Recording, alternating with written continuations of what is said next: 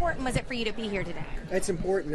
This is an issue that we've been focused on since I've been in office, collaborating with the Sheriff, State Attorney's Office, and our federal partners. I think my presence is important. I know we have council members that are working on legislation as well on this issue. My wife Molly is involved with Rethreaded and has attended some other meetings as it relates to human trafficking. And it's, you hear the stats that, look, all human life matters. But the misconception that this isn't a U.S. citizen issue, you heard it today. You heard our federal partners say that today.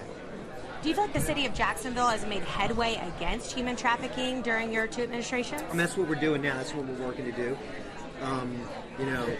I really became educated on this once I got into office, both because of elected officials that care about it, law enforcement that I work with, but also because my wife Molly had gotten involved with Rethreaded. And so I think the things that are happening, we're going to make progress. I think when you see the legislation that comes out, I believe Councilperson Cumber's working on some legislation. We'll make progress. Well, switching gears, yesterday City Council announced that they would be investigating the proposed sale of JEA. They now have subpoena power.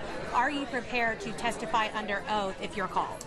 Look, I'm not going to speculate where they're headed, wherever the fact's headed. I told Council President Wilson before Christmas that if this is the direction they wanted to head, I'd be supportive of it. So, they will begin asking questions, and wherever the facts lead, they'll lead, and they're going to have to go about their business.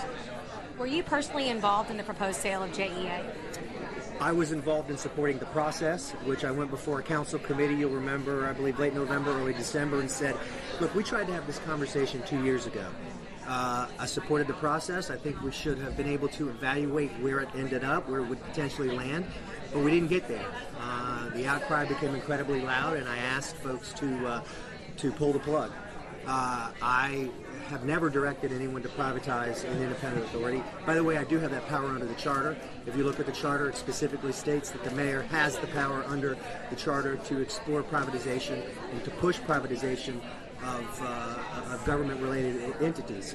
However, I thought it was important that they run their process and with the other strategic alternatives, and we'd be able to evaluate it.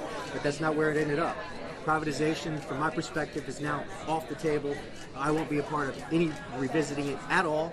If they come with the strategic future, they think at some point while I'm in office, and they lay privatization process question before me, I'm going to be, heck no, I'm done. Is that because of the public pressure or the federal investigation? Look, we have so much that we want to accomplish that I want to accomplish over the next 2.5 years, 3 years, 3.5 years. We got so much I want to get done over the next 3.5 years. We have neighborhoods, infrastructure, big projects I want to do there. Downtown.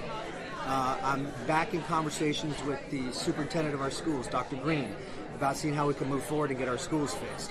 So if this subject were to be revisited, I think what we've seen, it's the only conversation in the room, and it inhibits us from getting other things done. So from my perspective, it's time to move on. And to be fair, is the city of Jacksonville broke? Did we need that money to help pay for pension reform, schools, infrastructure, Lot J? This whole discussion started around the future of the J. They've got Vogel issues. They've got the ability to operate in an ever-changing industry as a governmental entity. There's things they can't do because of the charter. And so this was privatization, recapitalization was one of many options. From my perspective, it was never, heck yes, if they come with a bid that has this number, this is what we're doing. I had laid out, when they started this process, a number of things would have to be met: protection of ratepayers, protection of employees, a certain $1 million threshold, just to evaluate it. By the way, I'm also told that executives at JEA spent countless hours briefing members of council on privatization.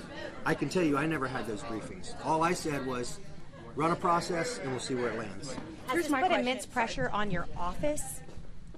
All of the media headlines, the investigations around this? I signed up for this. It's my job. Here's my question. There's been a lot of questions about these golden parachutes that in the event of the sale, that termination pay and consultant pay just for the CEO would have been $2.8 million. Were you aware of this? And if so, are you okay with this going forward? Sounds pretty outrageous to me. I learned about this the same place you guys did from what I'm reading in print and seeing in media. So it's my understanding that the board is now dealing with that, and I would expect you'll see a number of those questions probably come out when Council President Wilson's committee does its work. A lot of the senior leadership team members have been paying attention to the news. Is it your call as mayor to ask them to get rid of their contracts voluntarily that would pay them out all this money if they're fired, that the city would have to pay? So to be consistent, I have been consistent for over 4 years now. Independent authorities have appointments made by me at the JEA. Other independent authorities have some made by me, some made by the governor. I don't direct those board members what and how to do. That's not how this is set up. I would expect them to do their fiduciary responsibility, evaluate the situation, and take appropriate action. What do you feel is their fiduciary responsibility, to get rid of the contracts or to keep them? I don't know the details and specifics of the contracts. Everything I've read and seen in the news seems pretty outrageous. So I would not have been supportive. I would not have been supportive of those arrangements had I had knowledge of them at the time. Thank you, guys. Thank you.